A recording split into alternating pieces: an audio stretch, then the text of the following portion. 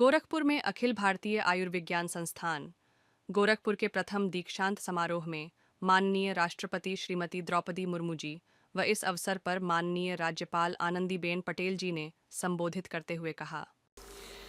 प्रथम दीक्षांत समारोह की मुख्य अतिथि और भारत की माननीय राष्ट्रपति श्रीमती द्रौपदी मुर्मू जी, प्रदेश के माननीय मुख्यमंत्री श्री योगी आदित्यनाथ जी, स्वास्थ्य एवं परिवार कल्याण राज्य मंत्री भारत सरकार श्रीमती अनुप्रिया पटेल जी, माननीय सांसद गोरखपुर श्री रवि किशन जी, अध्यक्ष एम्स गोरखपुर श्री देश दीपक वर्मा जी, कार्यकारी निदेशक एवं CEO AIIMS Gorakhpur major general doctor Vibha Dutta जी,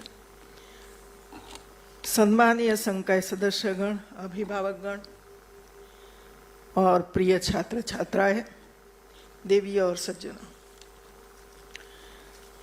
वैसे तो काफी कुछ आज आपके सामने हमारी राष्ट्रपति जी बताएगी,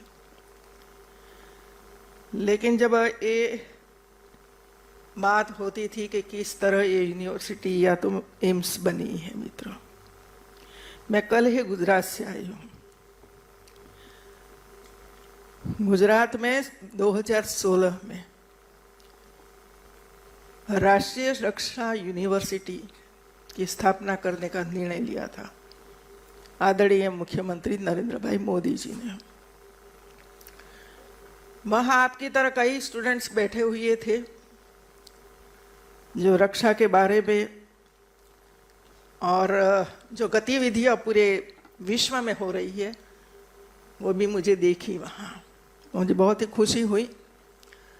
लेकिन मैंने एक बात वहां बताई जो मैं एक बात इधर भी बताना चाहती हूं।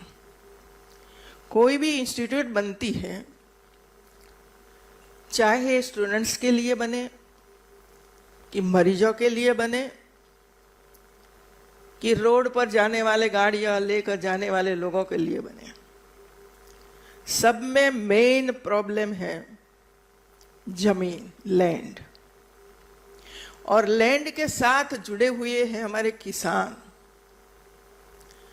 और किसान को आप देखो, क्योंकि मैं तो किसान की बेटी हूं और सालों तक खेत में ही बिताए हैं काम करते करते।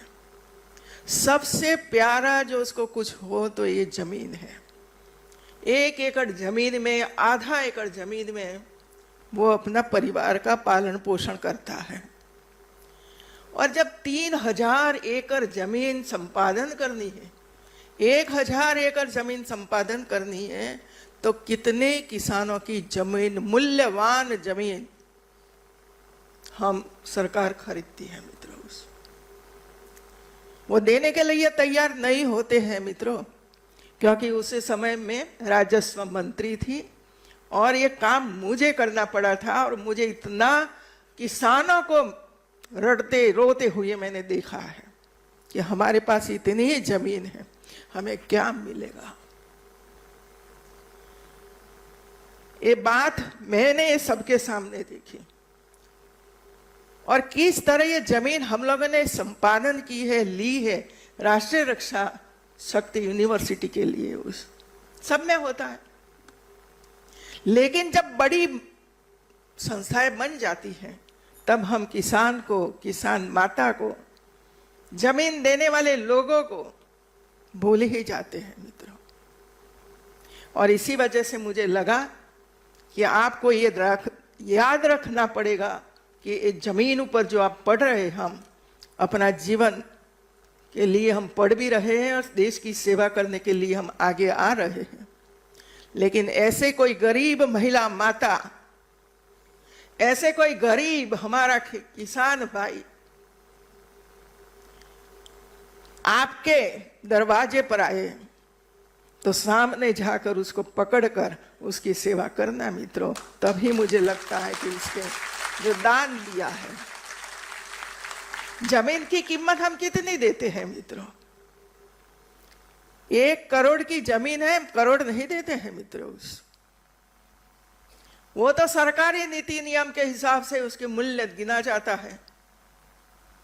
और इसके बाद उसकी जमीन चली गई। इसके बाद वो 25 किलोमीटर दूर या 50 किलोमीटर दूर कहीं जाकर अपनी नई जमीन खरीदता है।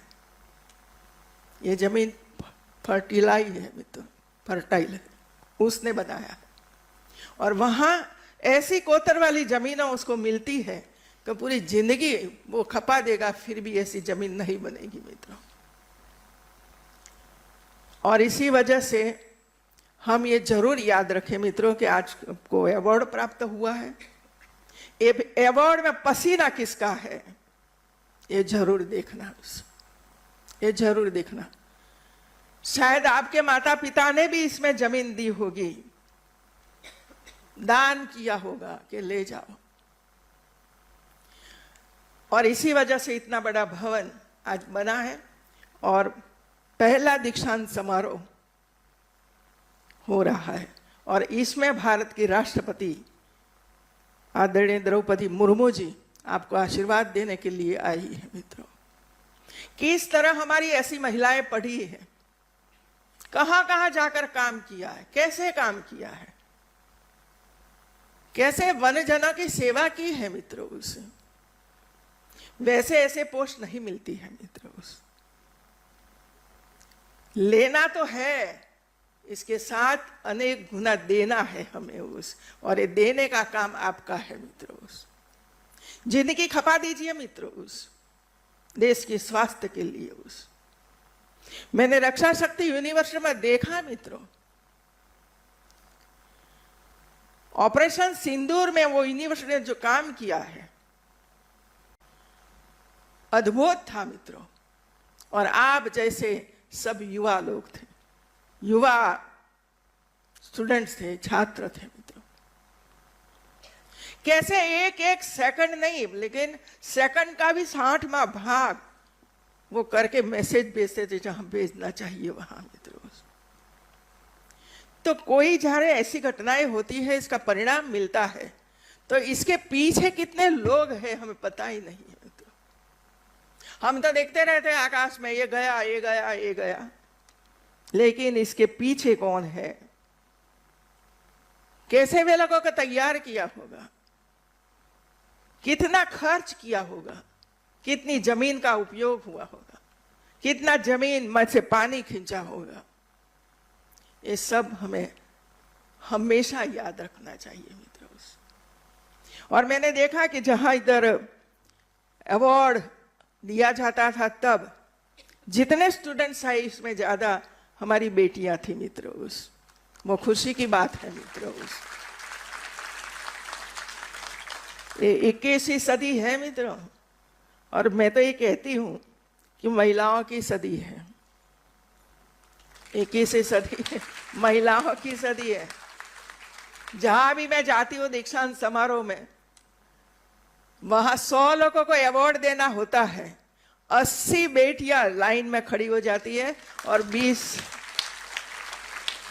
और इसी वजह से हमारे जो रिसर्चर है उसको हमेशा कहती हूँ, रिसर्च तो करो, लड़कियां क्यों आगे जा रही हैं, आप क्यों पीछे पड़ रहे हो, कारण क्या है उस। तो ऐसी स्थिति बन चुकी है मित्रों, और हमें आगे जाना है। जब तक महिलाओं की शक्ति देश के विकास में नहीं आएगी तब देश विकास नहीं कर पाएगा।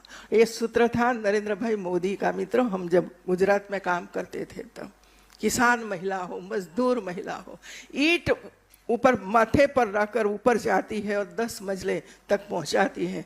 ऐसी शक्तियां, ऐसी पर महिलाएं हमारी काम कर रही हैं। हम पशुपालन की बात करते हैं और ये यूनिवर्सिटी में जाकर आए मित्रों, पशुपालन कौन करता है? क्या कोई गोबर पुरुष उठाता है? महिलाएं करती हैं। धोने का काम महिलाएं करती हैं, सब कुछ महिला करती है मित्रों।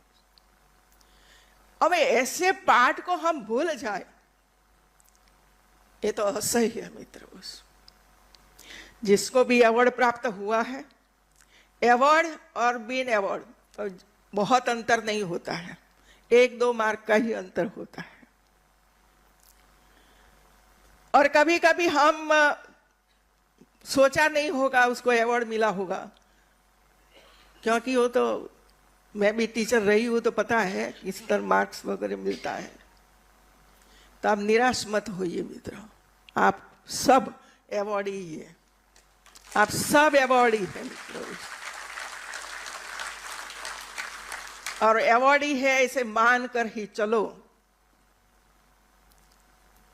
निराश नहीं होना चाहिए, हमें खुशहाली व्यक्त करनी चाहिए, जिसको भी मिला उसकी खुशहाली हमें भी है। आप सब एक कार्यक्रम में उपस्थित हैं। द्रौपदी मुर्मू जी स्पेशल 2 दिन गोरखपुर के लिए अलॉट किया है मित्रों, और ऐसा क्या किया योगी जी ने वहां जाकर कि 2 दिन